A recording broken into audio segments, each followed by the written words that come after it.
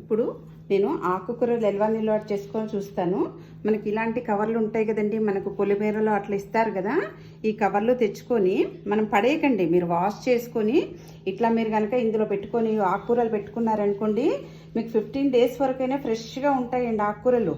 ఎంత బాగుంటాయంటే ఏదైనా సరే, పాలకూర కానీ ఏదైనా సరే మీరు ఇలా పెట్టుకోవాలి.